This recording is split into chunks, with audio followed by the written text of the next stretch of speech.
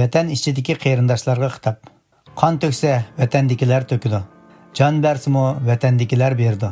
Shundaq bo'lsa-mu, chet eldagi atalmish vatanparvar tashkilotlar o'zlaricha hozirgi dunyoning zamonaviy mafkurasi bo'lgan tinchlik yo'li, suhbat yo'li, kishilik huquq qatorliqlarni qabul qilib, qatorga o'tishib, jon berganlarni terrorchilikda ayblagidek darajalarga yetadiganini ko'ramiz. Ularga vatan ichidagilarga ustadlik qiladi ekan. O'zlarining ahvoli qanchalik? Chet eldagi harakatlardan umid kutishga, shuning bilanla beg'am o'ltirishga arzigidek bir ish bormi? Bular haqida ilgari Jannatning ochquchi, Aynak qatorliq kitoblarda qisman baholar berilgan edi. Shundaq bo'lsa-mu, biz vatandagi qarindoshlarning o'rniga o'zimizni qo'yib tasavvur qilib ko'rganimizda, umuman chet eldan boradigan arzimas kichikkina davraning qanchalik hayvatlik tuyulib ketishlarini, nurg'un kishilarni ko'langudek umidlarga go'l qilib, rasmda ko'rgan qora o'rik vajidan og'ziga seriq suv yig'ilib, tukurkini yutgandek eg'iz tamishib yurdiganligini ko'z oldimizga keltirishimiz ancha tas emas. Chunki bundaq ruhiy kayfiyat bizdami bo'lgan. Amdilikda vatandan yangi chiqqan bir muncha odamning zorini anglaydigan bo'lsangiz, ichingiz seyrilib ketadi. Har kimda ming bir pushaymon. Agar bundaqligini bilgan bo'lsam, chet elga chiqmas ekanman. O'lsammi vatanning tuprog'ida o'lmasmidim? Bir Xitoyning bo'lsa-mu beshini yerib yetib o'lsamchi, chiqsaqla biz qo'shilib ketgidek qo'shin, kirishib ketgidek ish bor deb o'ylab ekanman. Mendek odamlarga ehtiyoji bor, borsamli ular, ya'ni chet eldagi dohilar xo'sh bo'lib ketadi deb o'ylab ekanman.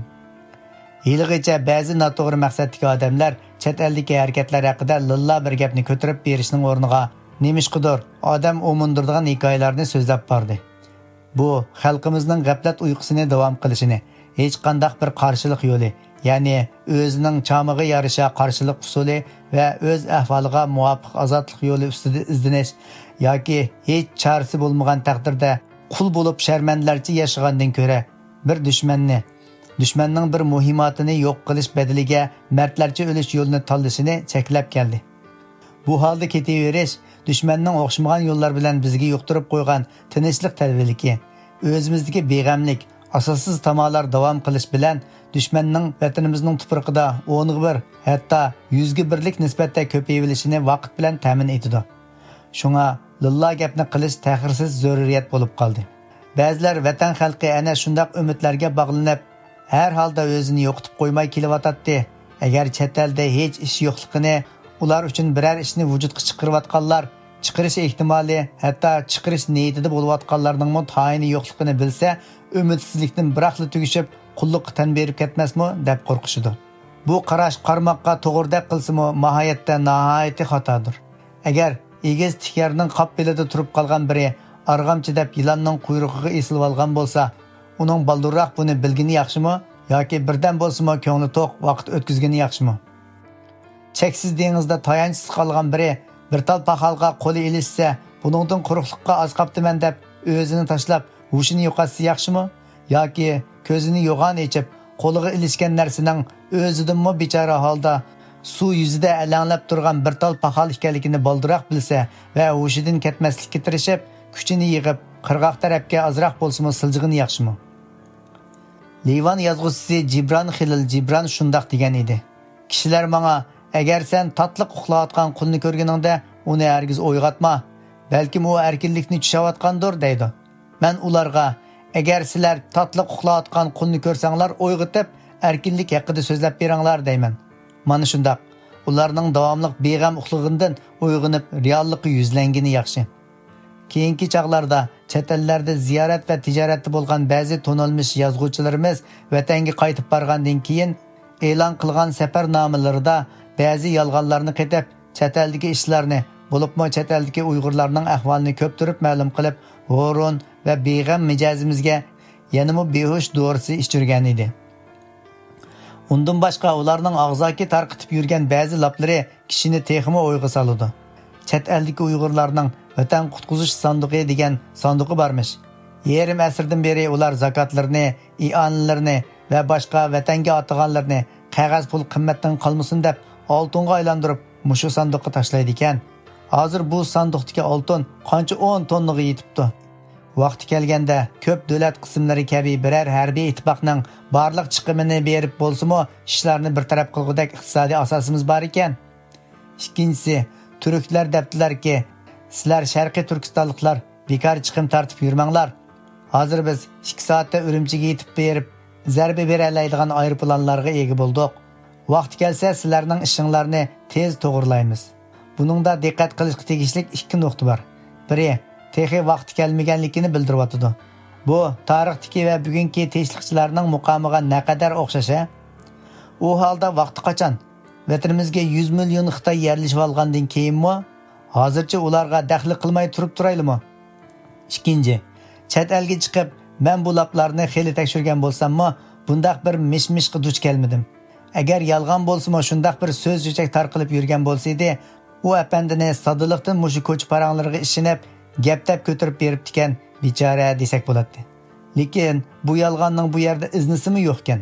U holda bu apandini nima deb tushunish kerak? U bizni bexutlashtirib Xitoylar uchun vaqt qozonishib bermoqchimi? Yana ba'zi birodarlar vatanda shu apandini ziyorat qilibdi. Biz chet elga chiqmoqchi bo'lyapmiz. Chet elga chiqsak bizga nima maslahatingiz bor? Chiqqanimizga tushliq chet elda biz orzu qilgan, biz qo'shilib ketgidek bir ish bormi? Chiqmoqchi bo'lgan bo'lsanglar bo'pti. 1 yil, 1,5 yil sabr qilgan bo'lsanglar, bizning ishimizning putishiga shunchalik bir zaman qoldi. Bu gaplarni ko'pchilik o'zi tahlil qilib baqsa bo'ladi. Uning bir qori qo'rsoq dehqon emas, ko'zga ko'ringan yozuvchi ekanligini nazardan saqit qilmay o'ylab ko'rarsiz. Vatandagilarning chet eldagi faoliyatlar, inqilobchilar, yo'lboshchilar haqidagi tushunchasi bekmi romantik bo'lib, bu haqdagi gaplar eg'izdan eg'izga tarilish jarayonida do'mulatilgan seriq qardak borgan siri yo'g'inab, bekmi ayvatlik tusga kirdi. Bu gaplarni anglagan odam jazman shuk yetib, g'olib qo'shinning yetib kelishini kutishdan boshqani o'ylag'isimi kelmaydi. Masalan, men vatandagi vaqtimda 1 yili olimpikni o'tkazish navbatini Beijing, Istanbul, Sidney talashdi. Buni ovozga qo'yib tanlash bo'layotgan majlis zali oldida Tibetliklarning namoyish qilib, Xitoylarning raso obro'yini tushirganligini uqib, bek xush bo'lgan edi. Ularning namoyishi Xitoyning ovoziga erishishida salbiy rol o'ynab, mag'lub bo'lishini tezlatgan edi. Cho'qim g'alaba qilamiz degan umidda bo'lishgan Xitoylar mamlakat ichida xeyli dag'dug'i qo'zg'agan bo'lib, bu tufayli nurg'un boy Xitoylar necha ming so'mlik po'jangizlarni elib, g'alabani tabriklashga tayyorlanishgan edi. Mag'lubiyat xabari yetib kelganda, bu Xitoylarning ho'ngrab yig'layotganligini uqildi. Men shu chaqda Tibetliklarga shu naq maydonga yetib berib namoyish qilibdi. Bizninkilar nemishqa bormaganda, ularning boshqa texmi muhim ishi chiqib kelib bora olmay qolgandimi deb ko'p o'ylab ketgan edim. Chunki dal mushundaq so'rinlarda faoliyat qilish tinchlikchilarning prinsipiga tushadi. Shundaqla agar mushundaq turdagi faoliyatlardan foyda chiqadi deyilsa, dal mushundaq unumli so'rinlarga cho'qim berish kerak edi. Chet elga chiqqandan keyin ondan buning tegidagi rasvochilikni ko'rib ketdim. Birinchidan, bundaq bir so'ringa berib faoliyat qilishni tashkilligidek tashkilotning tayini yo'q ekan. Birari tashkillaydi desimi qolganlari ta'tir turib, tutishkicha vaqti o'tadi ekan.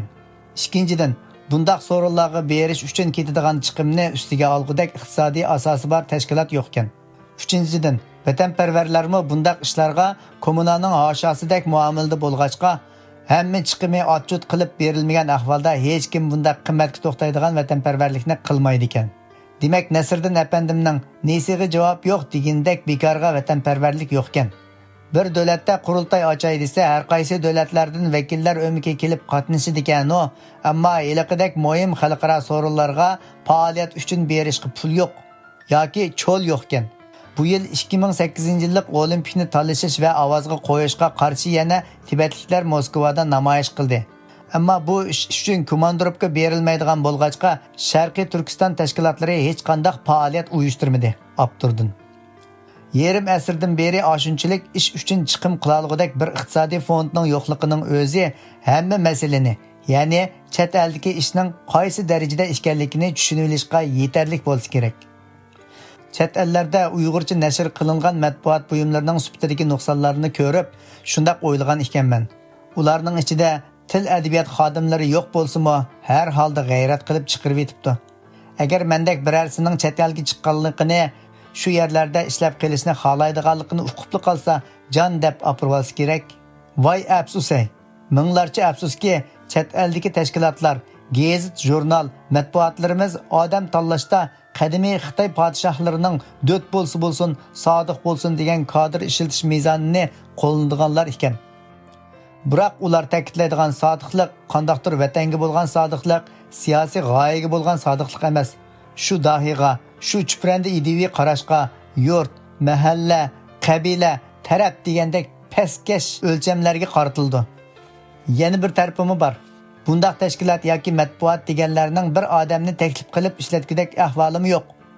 Xotinlar qo'lda palas to'qigandek hech qanday mashina uskuna, dastigoh, ishchi xizmatchi bo'lmagan bir ot, bir qamcha degandek ahvolda bo'lg'achqimi hech kimni keldigidek moddiy va ijtimoiy saviya yo'qkan. Dastlabki chaqlarda o'zimcha dahiylar ishi ko'pligidan eshinolmay, diqqat qilolmayotgan, bayqay olmay qolgan muhim nuqtalar haqida nurg'un taklif fikrlarni hozirlabmi yurgan ekanman. Endi o'ylasam kulgim keladi. Nada bundaq takliflarni qabul qilgudek odam va o'rin bo'lsin? Sahnadagi dekoratsiyada ko'ringan zavod va mahsulot haqida fikr bersa qandoq bo'ladi? Xuddi shundaq bir hol ekan. Bu zavod, hayratli turxullar, sexlar hammasi parda tushgan hamon yo'q. Qisqasi, chet elda bir ish bor degan xiyol umuman bo'lmasligi kerak. Shayx Saidining "Nay uni yiroqdan yaxshidir faqat" degandek, chet elda vatan davosi xususida bo'layotgan qaltis ishlar faqat ularning yolg'on xabarlarga to'lgan gazetlardagi hayvatlik rasmlar, ko'ptirma axborotlardanla ana shundaq hayvat anglandi. Amaliyotda hech ish yo'q bo'lib, cho'ldagi ezitqudek yaqin kelsi yo'q. Demak, chet elda hech ish yo'q. Ham bir ishning bo'lishi mumkin emas. Adnosi oxirgi kurashlarimizda rasvochilik tergan, shuncha ko'p pulga va odamga ziyon solganlardan hisob olgudek tashkilot chiqmagan tursa, Xitoydan hisob elish to'g'risida gap bo'lishi mumkinmi? Hisobni jismoniy jihatdan olmaydi albatta. Aksicha tarafdor avutish maqsadida do'st dushmannimi ilg'i qilmasdilla bundaq munofiqlarni to'raga taklif qilayotgan inqilobiy dahiylardan neminimi kutish mumkin? Uningsizmi bu tashkilotlar tozimi tashqaynoq.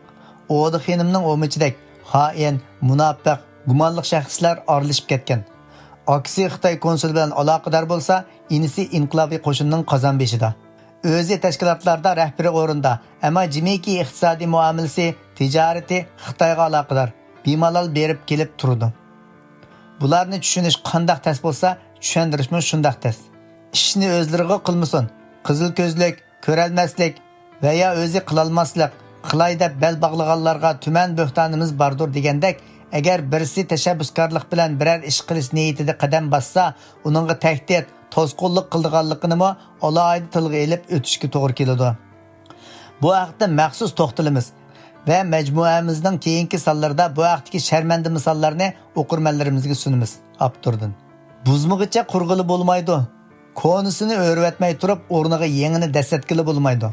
Xuddi shuningdek, chet ellardagi majlisvos, ichki ziddiyatdan eshinolmaydigan tashkilotlarning haqiqiy qiyofatini to'g'ritunib, tutunning ochiqini mo'ri bo'ladi degandek zulm chekayotgan xalq zulm zanjirini pochaqlab tashlash yo'llarini o'zi izlamagicha vatandan ayrilganiga uzoq bo'lgan, dilida vatan muhabbati g'uvalashgan, faqat moda qo'g'ilishibla vatanparvar bo'lib olgan yoki buni bir xil tijoratga, jon beqish yo'liga aylantirib olgan bir to'p samimiyatsiz odamlarning qo'lidan bu ish kelmaydiganligini to'nib yetmagicha tinchlikparvarlarning o'tmas matosini butunlay inkor qilib, bu yo'lning bizga tamoman foydasizligini, yo'qolishga ilib bordiganligini e'tirof qilmagicha haqiqiy amaliy kurashga kirishish mumkin emas.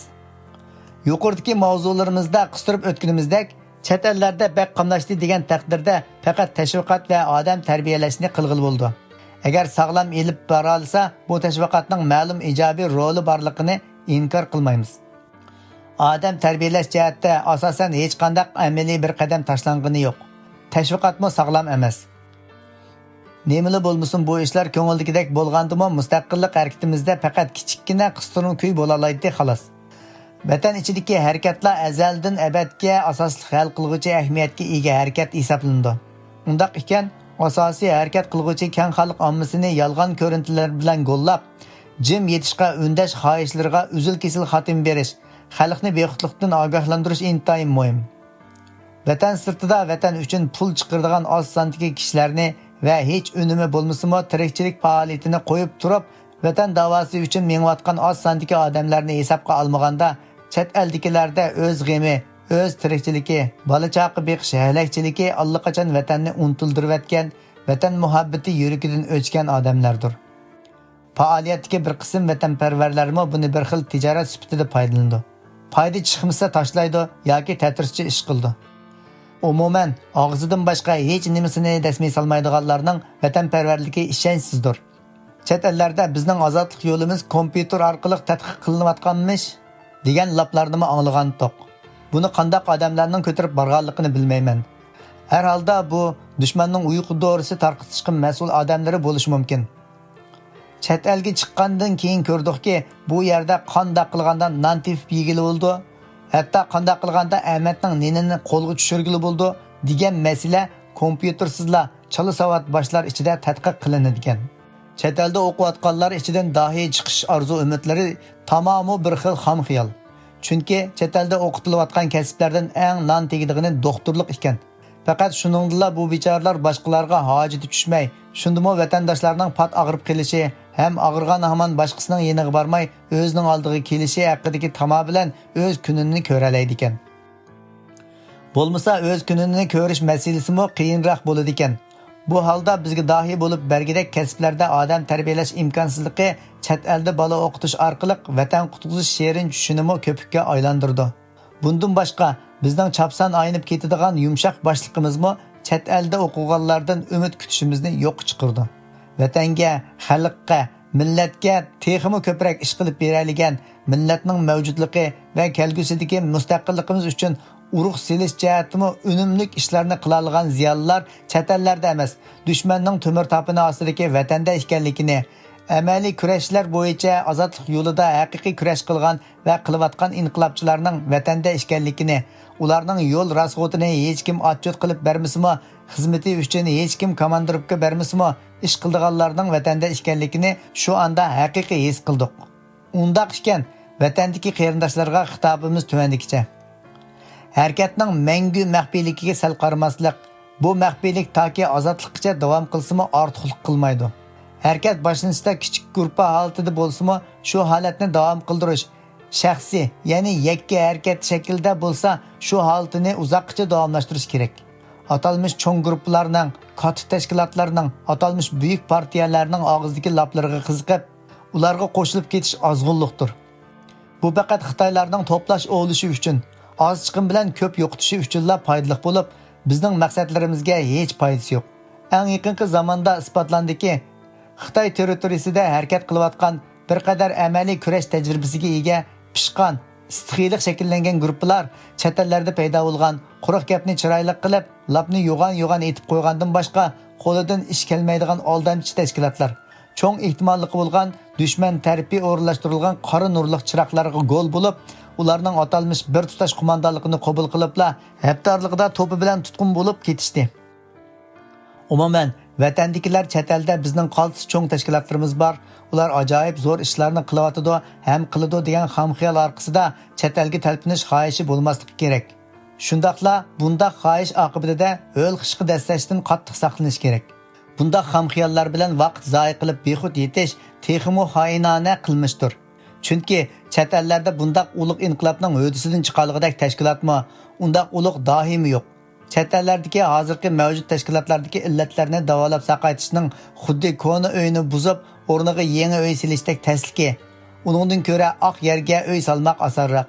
Hatto sal yaxshilash, ozdir ko'pdir ishga yaraydigan holatga keltirish imkoninining yo'qligini tunishning zaruriyati bor. Har qanday talantli odammi bu foydasiz sharoit ichida chapsonli nobud bo'ladi. Hech qanday rol o'ynay olmaydi. Chunki bu muhit bezlashib olgan yerga, qalning pishmaydigan yeri degandek bir holatga kelib qolganki, uni o'zgartish hech kimning qo'lidan kelmaydi. Mana bularni to'liq to'nib yetib, chet eldan umid kutishdan qo'l yuyib, xalq o'zining kurash yo'lini, kurash usulini tepishi, shu bo'yicha harakat qilishi texmo aqloniroqdir. Vatan ichidagi tashkilot yoki shaxslar harakat plani, odam ismlari qatorliqlarni chet eldagilarga o'rtoqlashadigan xatolarni zodi sodir qilmasligi shart. Bo'lmasa chet eldagi shuvarchilar buningdan lap etishning ham ashasi sifatida foydalanishi mumkin. Chunki ular o'zlari o'g'zida bo'lg'ashqa itdan qo'rqmaydi. Vatan ichidagilar falokatga uchraydi. chet el haqidagi ham xiyollarni avlodlarimizning kallasida pak-pakiz tozlaytishimiz kerak. Undaq bo'lmaydi ekan, nurg'un o't yerak yoshlar, qo'lidan ish keladigan inqilobchilar vatan ichidagi buruqtumliqdan ichi pushib, chet ellarda jo'sh urib rivojlanayotgan inqilob qaynamlariga o'zini yetib, qo'shilib ketish niyati bilan chet elga chiqib, behuda nobud bo'lib ketaverdi. Qarindoshlar, chet ellarda bu yoshlar o'zini beg'ishlab qo'shilib ketgidek qaynam tashqinliq inqilob harakatlari yo'q. Bunda harakatni vujudga chiqarg'ili bo'ladigan foydali va alayda muhitmi yo'q. Ularni qarshi elab kel, mana bu sabti o'rning deydigan ne odam, ne tashkilot yo'q. Haqiqiy yurikidan vatanga xizmat qilishni o'ylab chet elga chiqqanlarning birinchi ta'siroti ochiq pushaymondan iborat ekanligini sizlarga samimiy bildirib qo'ymoqni vazifam deb hisoblayman. Yana bir tarafdan iqtidorliklarning chet elga eqishi mamlakat ichida sapani texmo tuvanlatibdi. Texmo echinishligi chet eldimi angliq bir tabiiy shakllantira olmaydi. Aksicha o'zlari shu sharoitning besimi ostida jonbaqarga bek vijdonliq bo'lganlari hech ish qarlashmay oilasi bilan bo'ladigan tinch fuqaroga aylanib qoladi. Ilgirki yozmishlarimizda umuman tajovuzchi hukumatda xizmat qilish, ya'ni hukumatdan maosh oldiganligi o'rinda ishlashning noto'g'riligi to'g'risida bayon qilgan edik. Tadqiqotlarimizning cho'nqurlashishi shuni ko'rsatmoqdaki, bunda xizmatlarda bo'lish bir xoinlikdir. Bu haqdagi izlanishlarimiz tuvandikicha. Tajovuzchi hukumat xizmatini qiladiganlar milliy o'chmanlik hissiyatidan bor desimi, bundaq o'chmanligi dilida qilavergan holda xohlamasimi xo'jayinning topshiriqini o'rindashga majbur bo'ladi. Aytaylik, bir katib Millatlar Ittifoqi haqida bir material yezib chiqishga buyurilsa, yezishni xohlamayman deyalamdi. Bir milliy saqchi, bir mujohid tutqunni urib qiynashga buyurilsa yoki bir mujohidni uydan tutib kelishga buyurilsa, dilida har qancha qarshi bo'lsa-mu, maosh berganning topshiriqini o'rindamay qutula olamdi. Idoralarda pat-pat ilib beriladigan ifoda bildirish yig'inlarida har odamning irodasiga, istikiga qarshi ifodalar elingandan boshqa yozma shaklda ifoda elindi. Bundaq yozma hujjatlardan dushmanlar tashviqotda xohlagancha foydalansa bo'laverdi. Masalan, barin aksil inqilobiy to'planmaga qanday qaraysiz degan savolni cho'radigan holda ifoda talab qilinsa, hech kim ko'ngillikini aytolmaydi. Hem mushu bir qitimliq quruq gapni rastavaman deb beshidan juda bo'lishni hech kim xohlamaydi. Aksicha irodasiga xilof holda baxtimiz uchun kurash qilayotganlarni oqchi ko'kchi, eshak o'g'risi, dumbaqchi deb tillab ifoda berishga majbur bo'ladi.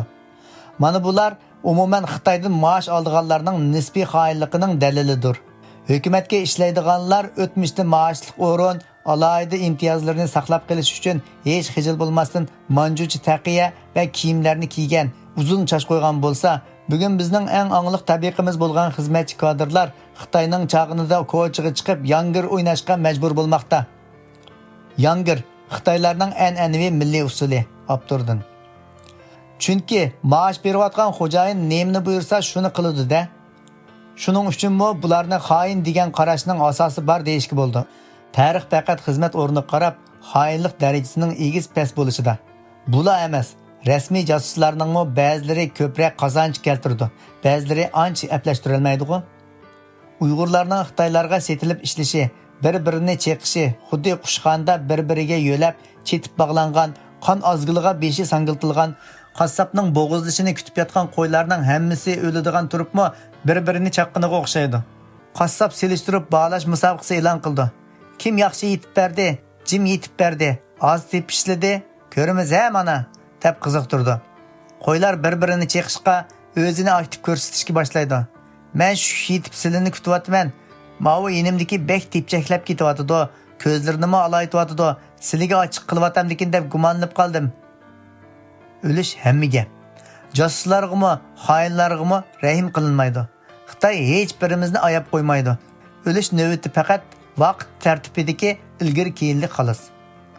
Xitoylar yerliklarga hozirlab qo'ygan ijtimoiy sharoitning natijasi shu bo'ladiki, yerliklar dehqon, podichi yoki boshqa eng og'ir ishlarga yaraydigan ishchi holiga tushiriladi. Madaniyat sohasidan, savdo sohasidan tadrijiy siqib chiqariladi. Ham ikkinchilab undaq sohalarga kirish salohiyatidan mahrum qoladi.